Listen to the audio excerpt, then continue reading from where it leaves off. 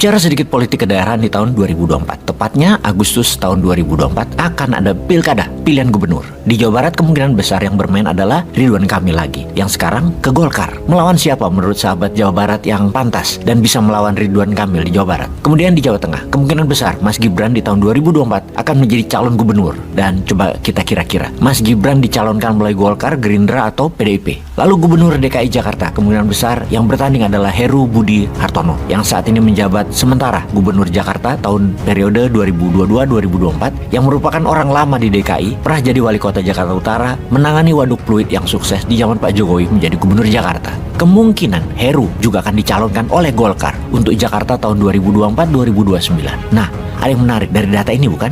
Golkar sudah jadi partai istana nampaknya. Dan ini tidak salah, ini langkah strategis, ini langkah pintar. Golkar partai senior, Golkar partai pemerintah siapapun presidennya. Lah, PDIP bagaimana? Bukannya dulu Gibran di PDIP? Apa mungkin tahun 2024 ke Jawa Tengah Gibran pindah ke Golkar? Maka jawabannya adalah kalau PDIP mencalonkan Gibran, maka Golkar juga ikut mendukung. Kalau PDIP punya calon lain, tidak mencalonkan Mas Gibran, Mas Gibran tetap punya perahu di tahun 2024, yaitu lewat Golkar dan Gerindra. Kemudian untuk memuluskan rencana besar para gubernur Pulau Jawa tersebut, maka tidak ada yang terpenting yaitu kemenangan di Februari 2024. Untuk semua itu incumbent yang kalau digabungkan ada 3 aliran partai besar yaitu Gerindra, Golkar, PDIP yang secara bersama-sama menggembosi oposisi. Yang dalam hal ini posisinya adalah 2 partai besar PKS dan Demokrat. Nasdem hingga saat ini adalah masih partai pendukung pemerintah. Menterinya tidak ada yang dicopot walaupun Nasdem mencoba bermain 2 kaki dengan mencalonkan Anies yang mewakili sisi oposisi.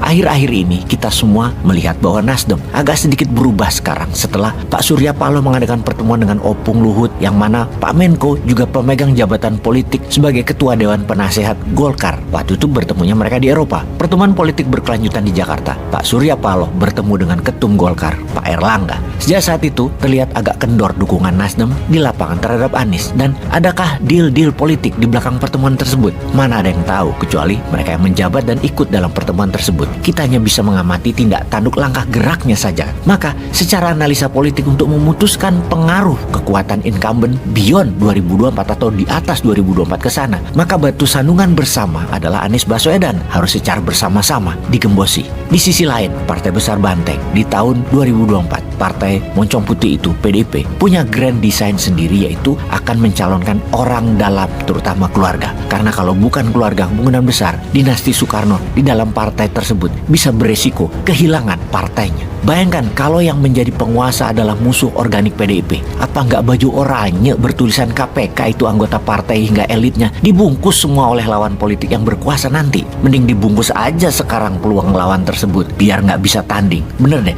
apa yang terjadi nanti di PDIP dibuatkan munaslup untuk mengganti ketua umum dan pejabat lainnya di PDIP oleh penguasa nantinya. Bagaimana tuh? Hilang kekuatan keluarga Soekarno di PDIP dan tidak boleh ini terjadi. Kesimpulan, PDIP untuk tidak membuat oposisi menang di tahun 2024 kemungkinan besar tetap akan bergabung dengan istana yang sudah punya KIB dan Gerindra di dalam menggembosi bersama dalam tanda petik peran oposisi, terutama tokoh targetnya Anies Baswedan.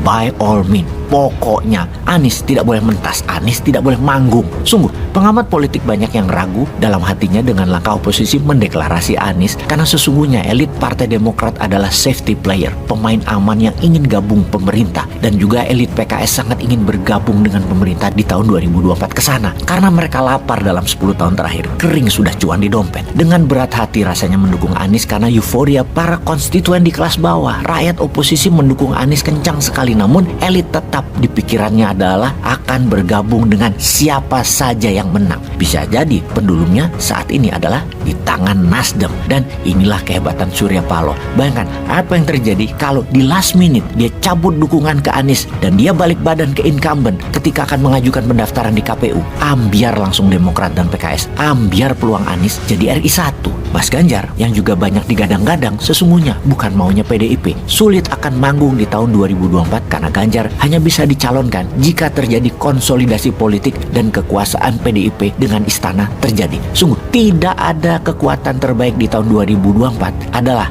ketika incumbent yang di 2019 dan 2024 ini masih tetap bergabung di tahun 2024 hingga 2029, yaitu kekuatan politik PDIP, KIB, Gerindra, PKB masih bergabung dengan calon mereka atur-atur sendiri, belah-belah jabatan dan belah-belah kue APBN ke depannya sendiri. Tokoh panggung Prabowo, Erlangga, Puan, Ganjar dikombinasi untuk jabatan 1, 2, 3, 4 di tanah air Indonesia. Jadi Prabowo Ganjar Capres Wapres misalnya, jabatan sejenis Perdana Menteri yang sekarang dipegang Opung, dipegang Mas Erlangga, dan Mbak Puan tetap di DPR. Kita semua tahu jabatan Wapres adalah jabatan vote getter saja dan secara kekuatan jabatan tidak punya pengaruh besar dalam menjalankan pemerintahan. Ban serap untuk upacara-upacara sosial politik. Kalau skenario ini terjadi, yaitu incumbent versus incumbent, kemungkinan besar Partai Demokrat akan bergabung, juga PKS. Maka bisa kertas putih lawannya incumbent karena Nasdem sudah duluan di sana. Lalu Anies gimana? Ya itulah politik, sangat dinamis dan syarat kepentingan.